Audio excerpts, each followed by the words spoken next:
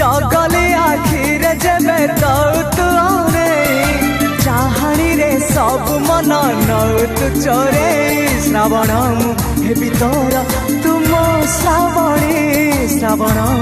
हेबी तोर तुम श्रावणी कई फूल रंग तोर मुह चांदनी तो परी झियाटिए केबे देखी